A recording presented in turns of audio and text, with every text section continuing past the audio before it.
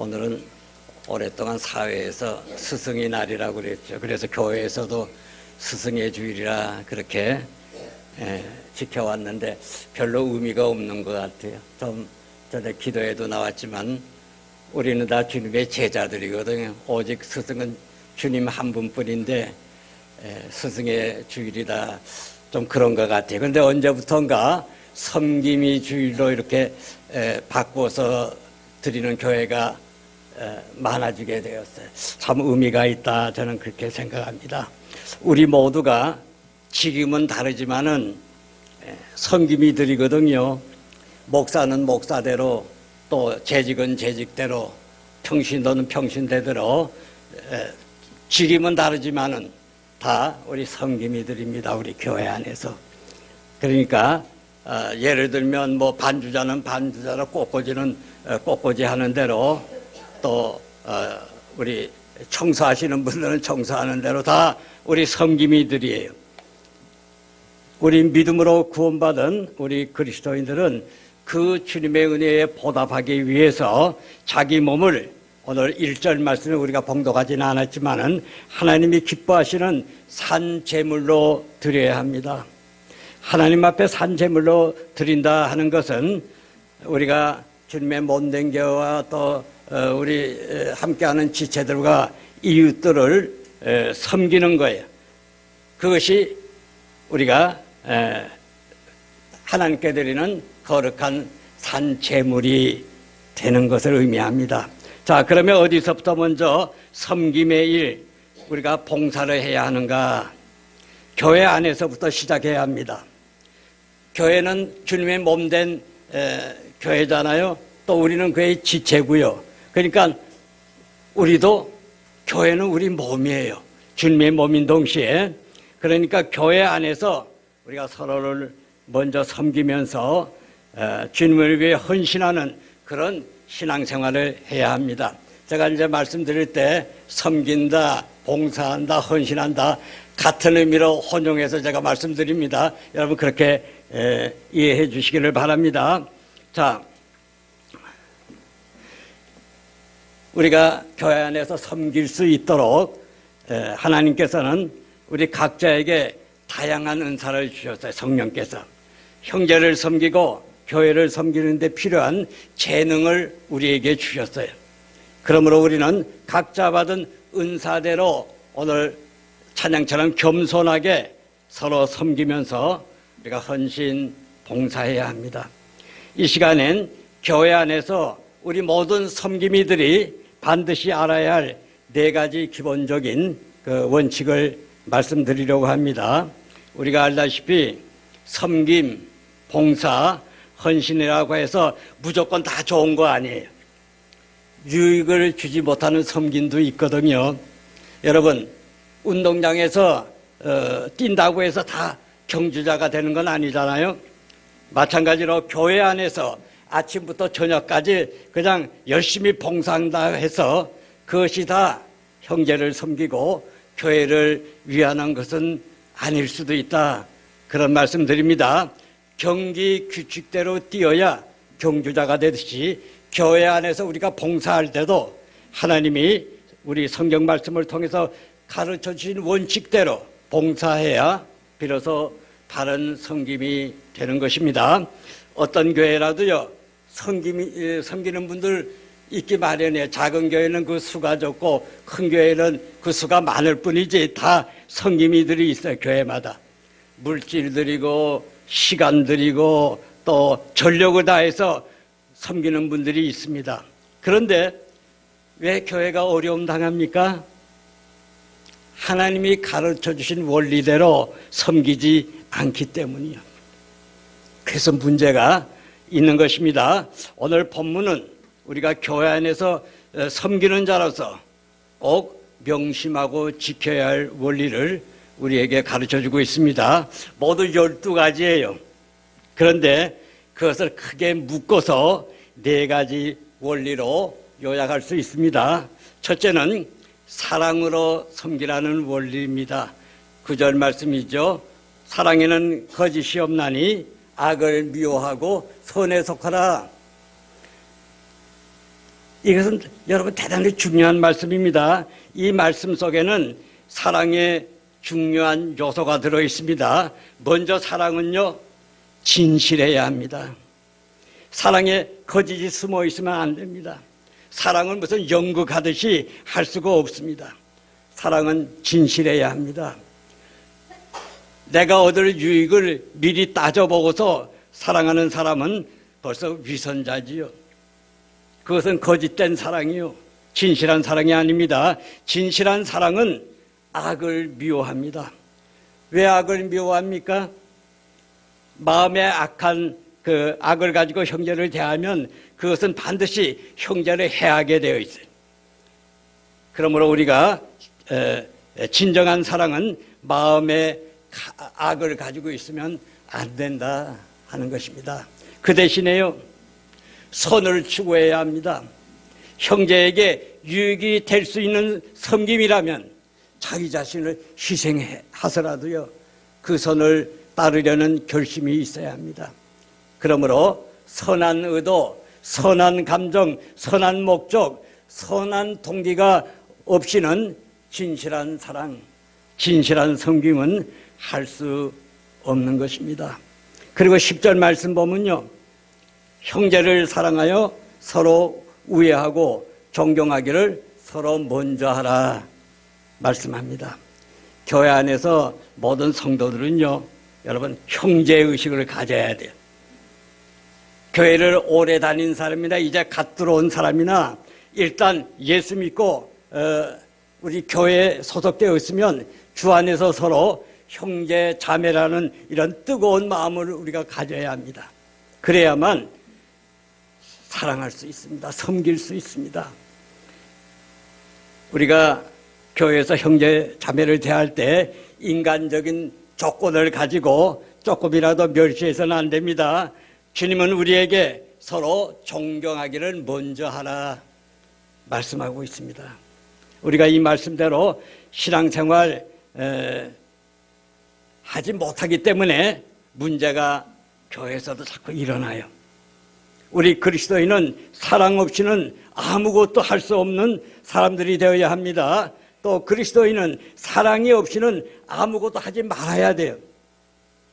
왜 그런지 아세요? 사랑이 빠져버리면 하나님 옆에 남는 것이 하나도 없기 때문이요. 우리가 잘 아는 고린도전서 13장 사랑장이잖아요. 최고의 은사는 사랑이라는 말씀 우리가 마음 깊이 새겨야 됩니다. 굉장한 은사를 받아서요, 천사의 말을 하고 뭐 성경을 술술 풀어서 가르치고 자기의 재물을 수많은 사람들에게 나누어준 구제해도 사랑이 없으면 아무것도 아니라고 했어요. 사랑이 없다면 아무것도 남는 거 없어요, 여러분. 예수 믿는 사람은 진실한 사랑이 없으면 아무것도 할 생각 말아야 돼요. 섬김도 봉사도 헌신도요, 사랑이 없으면 하지 말아야 돼요. 왜요? 아무리 해봐야 문제만 일으키고 소용없으니까요. 아무리 해봐야 가치도 없으니까요. 아무리 해봐야 하나님이 받지 않으시니까요. 여러분, 사랑은 그만큼 중요합니다. 사랑은 주님이 주신 새 계명이에요. 요한복음 13장 34절 뜨나요? 예. 새 계명을 너희에게 주노니 서로 사랑하라. 내가 너희를 사랑한 것 같이 너희도 서로 사랑하라. 이것이 주님이 준 새 계명이에요. 그러면 옛 계명이 있겠죠. 새 계명이. 옛 계명은 무엇입니까? 마태복음 19장 19절입니다. 내 이웃을 내 자신과 같이 사랑하라. 부모를 공경하고요. 자, 그러면 새 계명과 옛 계명의 차이가 무엇입니까? 여러분, 이 세상에 태어난 사람치고 본능적으로 자기 몸을 사랑하지 않는 사람이 있을까요? 자기 몸을 누구나 다 사랑합니다. 그러므로 내 이웃을 내 몸과 같이 사랑하라, 내 자신과 같이 사랑하라 하는 옛 계명은 그 사랑의 뿌리가 인간의 본능에 있어요. 우리가 본능적으로 자기 자신을 사랑하는 것처럼 우리의 이웃도 그렇게 사랑해야 한다는 말입니다. 그러나 우리가 이 세상 사람 모두 다 사랑할 수 없잖아요. 교회 안에서 우리가 가까이 있는 형제만이라도 그렇게 서로 사랑해야 한다 하는 말씀이 옛 계명이에요. 여러분, 한 걸음 더 나가서 예수님은요, 내가 너희를 사랑한 것 같이 너희도 서로 사랑하라 하는 새 계명 주셨어요. 새 계명의 뿌리는요, 하나님의 사랑에 있다는 것을 알 수 있어요. 이 새 계명은 옛 계명과 얼마나 다릅니까? 새 계명은 본능적인 요소의 뿌리를 둔 사랑이 아닙니다. 그것은 독생자까지 우리를 위해 주시기까지 내어주신 하나님의 사랑의 뿌리를 둔 것입니다. 우리가 예수 믿고 하나님의 자녀가 되었다면 예수님이 우리를 사랑하신 것처럼 그 사랑을 가지고 우리의 이웃들요, 형제들 사랑하라, 그 말입니다. 이것이 새 계명입니다.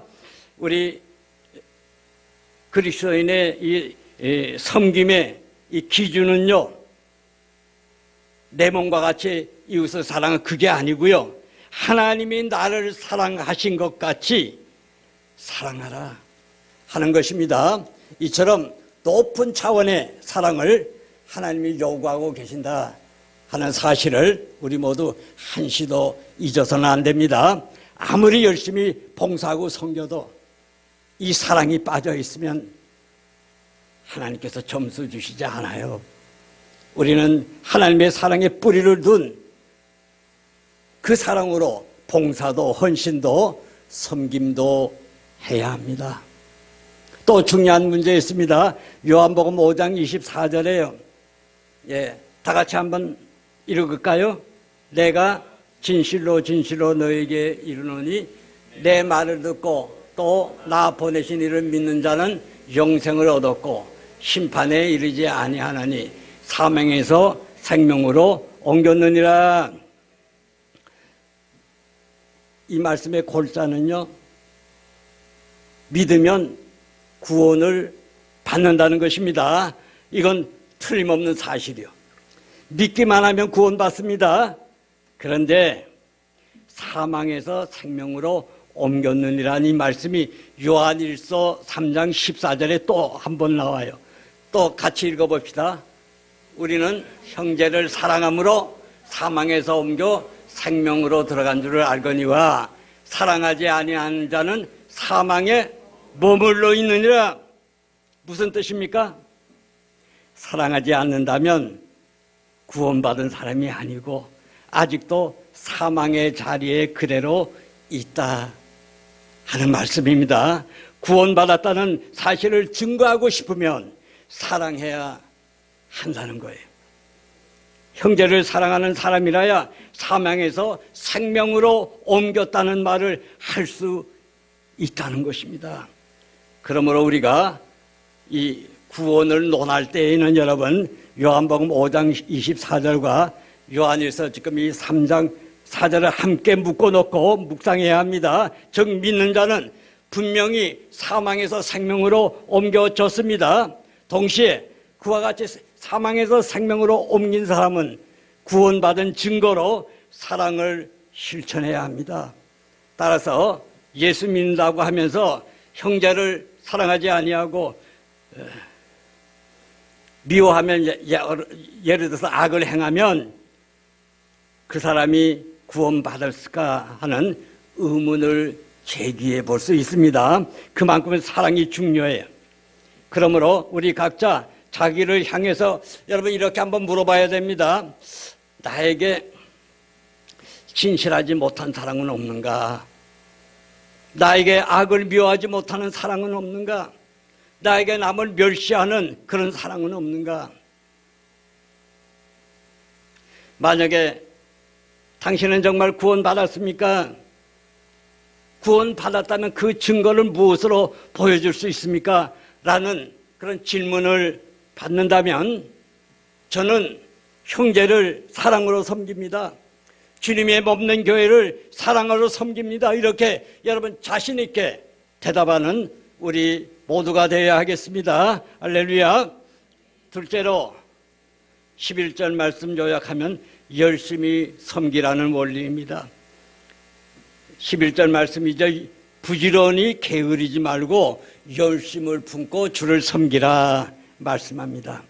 여기에서 열심을 품고 라고 하는 원어의 뜻은 가슴에 불을 안고 라는 말입니다. 신학적으로 표현하면 성령 충만하여 뜨거운 심령으로 라고 하는 의미를 담고 있습니다. 우리 그리스도인은 그 속에 불을 가진 사람이다 라고 표현한 사람이 있어요.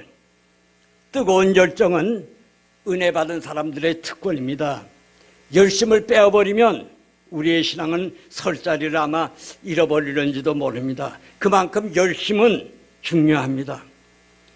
우리 예수님은 미지근한 거 제일 싫어하거든요. 열심히 담겨있지 않은 찬송과 기도, 섬김은 여러분 하지 말아야 됩니다. 왜요? 우리 요한계시록 3장 16절이죠. 내가 이같이 미지근하여 뜨겁지도 아니하고 차지도 아니하니 내 입에서 너를 토하여 버리리라. 열심이 없이요 건성으로 그냥 봉사를 잘하지 않는 사람은, 이 말씀 여러분 충격적으로 받아들여야 됩니다. 열심이 없는 사람은 주님이 얼마나 싫어하는지 몰라요. 성경에서 이 말씀만큼 우리에게 충격을 던져주는 말씀은 없는 것 같아요. 그런데 불행히도 우리 기독교 역사에는요, 남다른 열심을 가지고 주를 섬기려 하고 봉사하려고 하는 사람을 멸시하는 경향이 많아서 지금도 아마 좀 그런 경향이 있는 것 같아요. 물론 다 그런 것은 아니지만요, 좀 유식하다, 뭐 좀 가지고 있다 하는 사람일수록 열심을 내는 사람을 은근히 멸시하는 것 같아요. 그들은 오히려 미지근한 것을 좋아하는 듯한 인상을 풍깁니다. 그들 표현대로 한다면은 광신자 티를 내지 않을수록 신사적인 그리스도인이다, 그렇게 보는 것 같아요. 무언가 조금은 착각하고 있다, 저는 그렇게 생각합니다.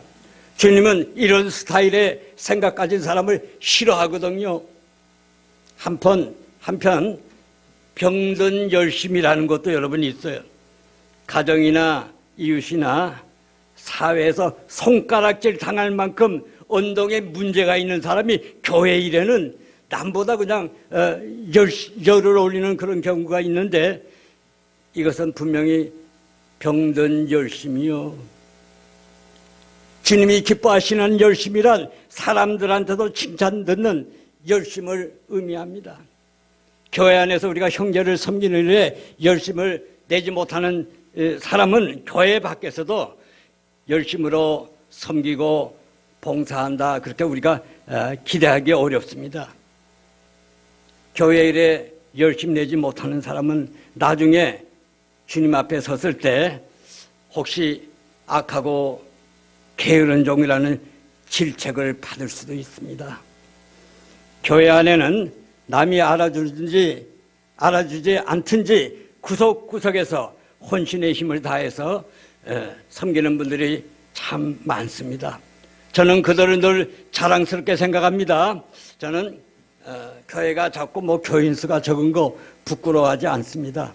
오히려 뜨거운 열정을 가지고 교회를 위해서 열심히 사랑하며 봉사하며 섬기는 우리 형제 자매들을 자랑하고 싶습니다. 우리 노회에 가면 얼마나, 여러분 얼굴도 모르는데 우리 장로님, 우리 권사님 대부분 알아요. 열심히 섬기고 사랑하고 나타내지 않고요, 얼마나 참 자랑스러운지만 다 알아요. 아무도 알아주지 않아도요, 주님만 바라보고 기쁨으로 헌신하며 섬기는 형제 자매들이 있기 때문에 저는 원로 목사로서 무한한 긍지를 느낍니다. 우리 모두가 이와 같이 아름다운 열심을 가져야겠습니다. 할렐루야. 셋째로, 어려워도 섬기라는 원리입니다. 우리 12절이죠. 다 같이 한번 읽어볼까요? 소망 중에 즐거워하며 환난 중에 참으며 기도에 항상 힘쓰라. 이 12절 말씀은 교회 안에서 봉사하며 섬기는 중에 환난의 때를 만났을 때를 전제하고 말하는 것입니다. 교회 안에서 우리가 형제를 섬기고 주님을 위해서 뛰는 것이 얼마나 아름답습니까? 그렇게 교회를 섬기고 봉사하면 주님께서 매일매일 그냥 평안함을 주시고 어려운 일 없이 형통하게 하실 것 같지만 반드시 그런 것만은 아니잖아요. 우리가 육신의 몸을 입고 봉사하기 때문에 자주 어려운 일이 생길 수 있습니다. 어떤 때는 육신의 건강이 상할 때도 있고요. 또 어떤 때는 너무 시간에 쫓겨서 하던 일을 정상적으로 못할 때가 있어요.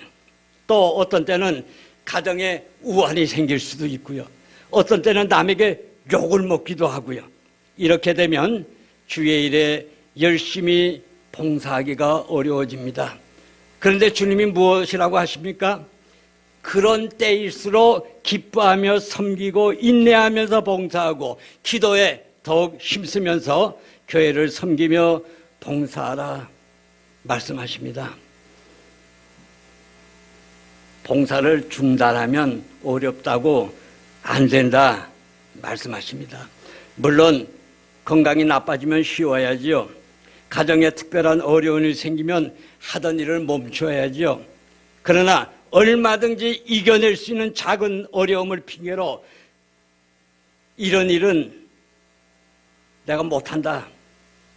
또 하던 일을 멈추는 그런 어리석은 짓을 하지 말라 권유하는 말씀입니다. 우리는 어려워도 환난 중에도 봉사해야 합니다. 어떤 핑계를 대고 봉사를 그만둔 분들이 있을 것입니다. 만약 나에게 은사가 없다고 하면서 그만두신 분이 있다면 은사에 여러분 자기의 믿음의 분량만큼 섬김의 영역을 찾아서 여러분 다시 시작할 수 있기를 바랍니다. 그러나 은사가 있는데도 이런저런 핑계를 대면서 그만두신 분이 있다면 그는 주님의 명령을 어긴 것이나 마찬가지죠. 그런 핑계로 그만두는 것은 주님 앞에서는 용납될 수 없을 것입니다. 여러분 명심하시기를 바랍니다. 회개하는 마음으로 다시 시작할 수 있기를 바랍니다. 그리고 아직도 이와 같은 봉사에 직접 동참하지 못하신 분들은 자신이 관심을 갖고 있는 영역이 어딘지 그 영역을 찾아갈 수 있기를 기대하고 소망합니다. 없으면 여러분 일을 만들더라도 아무 일도 하지 않는 그런 성도가 되지 않기를 기대합니다. 끝으로 나누면서 섬기라는 원리입니다. 13절입니다. 다 같이요. 성도들의 쓸 것을 공급하며 손 대접하기를 힘쓰라. 요즘은 시대가 바뀌어서요. 믿는다는 이유로 찾아가서 신세 지려하는 사람들은 없잖아요. 그렇다고 이 섬김의 원칙이 달라지는 것은 아닙니다.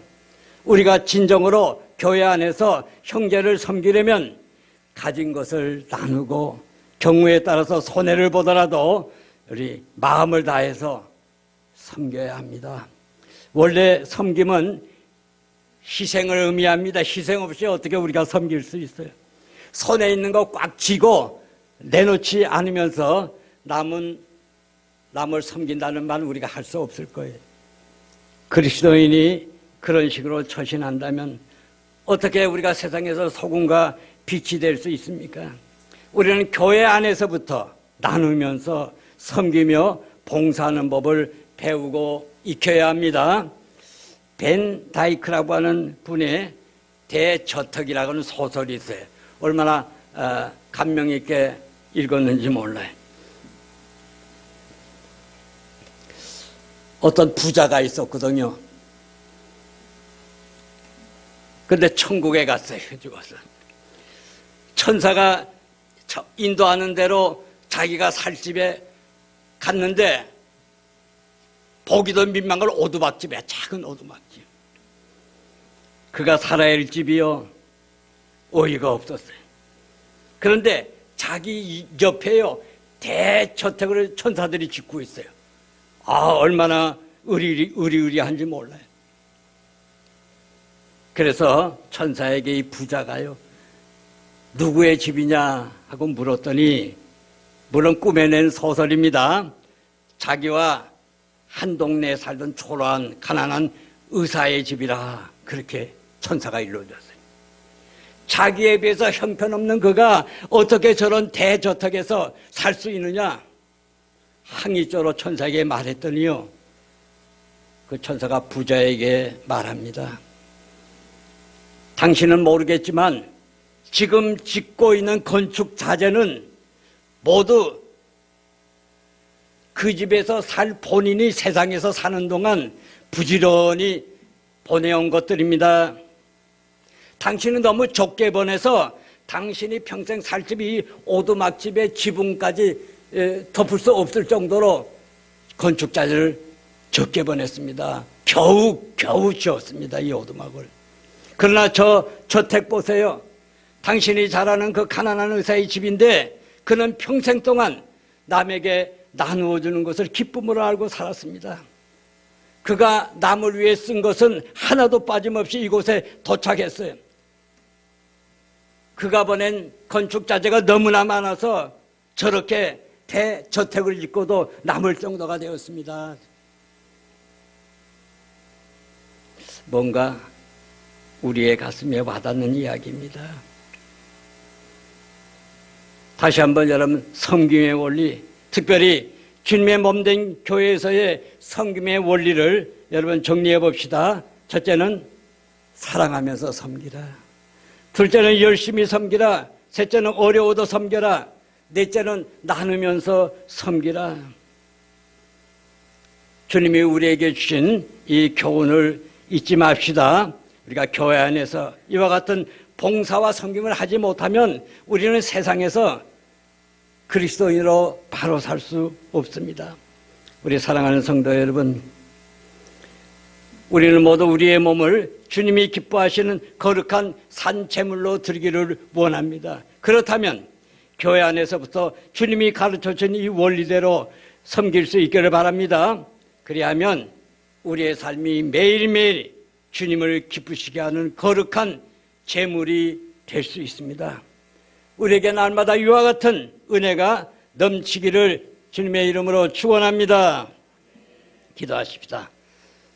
아버지 하나님, 저희로 주님이 가르쳐준 섬김의 원리대로 교회 안에서부터 헌신 봉사하게 하옵소서. 그래야 우리의 삶이, 또한 우리 임마누엘 공동체가 주님께서 기쁘게 받으시는 거룩한 산 제사가, 산 제물이 되게 하옵소서. 감사하오며 예수님 이름으로 기도하옵나이다. 아멘.